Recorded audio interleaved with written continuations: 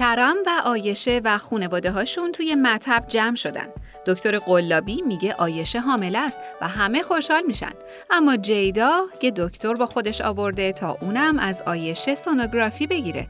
اما اونم در کمال تعجب باردار بودن عایشه رو تایید میکنه و با این حرف عایشه شوکه میشه.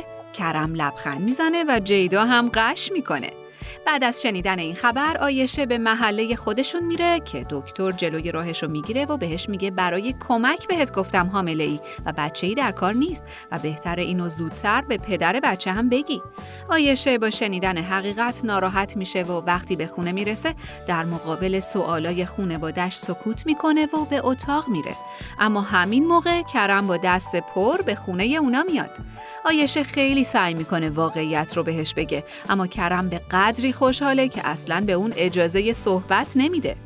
از اون طرف جیدا به دنبال کشیدن یه نقشه جدید برای اذیت کردن عایشه و کرمه و اولین حرکت اون اینه که با یه خبرنگار تماس میگیره و قرار میذاره تا یه خبر بمب بهش بده. اما نگم براتون از این بمب خبری، چون با پخش شدن این خبر که بچه عایشه از کرمه یا از نامزد قبلیش غوغا به پا میشه. محسن با دیدن این خبر حالش بد میشه. رضا کارش به کلانتری میکشه و عایشه هم بدجوری از کوره در میره و با جیدا دعوا میکنه. کرم برای حل کردن این جریان خبرنگارا رو توی شرکت جمع میکنه و میگه به عایشه اعتماد کامل داره و اون پدر بچه است. عایشه بعد از جلسه سعی میکنه به کرم در مورد دروغ بودن حاملگیش بگه، اما بازم نمیشه.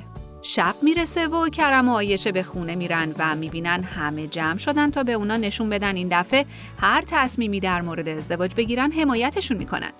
بعد از این حرفا کرم عایشه رو با نشون دادن گهواره نوزادی خودش که حالا برای بچهشون تعمیرش کرده سورپرایز میکنه و عایشه هم از دیدن اون کلی احساساتی میشه. صبح روز بعد کرم همه رو توی اتاق جلسه جمع میکنه و اعلام میکنه که میخواد تولید لباس بچه ارگانیک رو به تجارتشون اضافه کنه و دیگه خیال نداره برای کار به خارج بره و همینجا میمونه و به کارا رسیدگی میکنه. و عایشه که میبینه کرم به خاطر دروغ اون داره یه موقعیت خوب و از دست میده، بیشتر از قبل عذاب وجدان میگیره.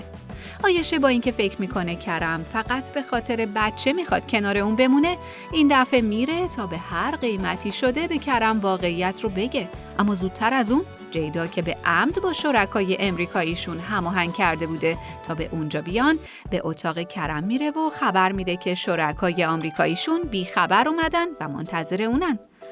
همین لحظه عایشه میرسه، اما قبل از اینکه بازم حرفی بزنه کرم ازش میخواد همراهش به اتاق جلسه برن تا با کمک اون همه چی ختم به خیر بشه.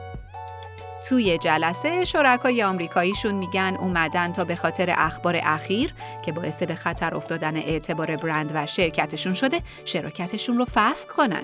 اما کرم میگه عایشه بارداره و ما تصمیم داریم دوباره ازدواج کنیم، واسه همین من میخوام همینجا بمونم و جیدا رو به عنوان نماینده خودمون به اروپا میفرستیم تا اوضاعمون رو سر و سامون بده.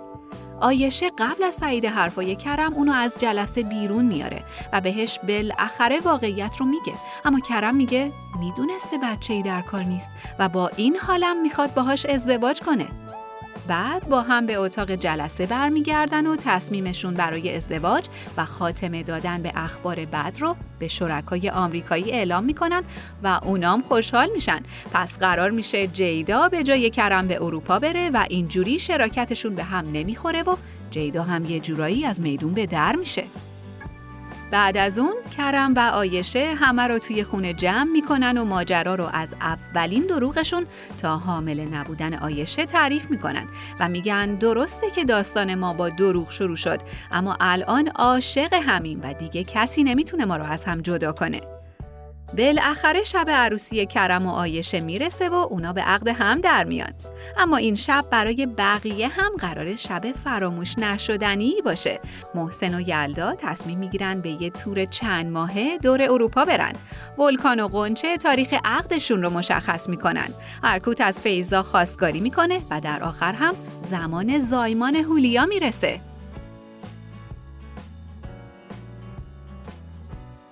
خب بگین ببینم اصلاً انتظار این پایان خوش رو برای کرم و عایشه داشتین؟ نظراتتون رو برای ما بنویسین و این ویدیو رو لایک کنین و عضویت در کانال لنز رو هم فراموش نکنین.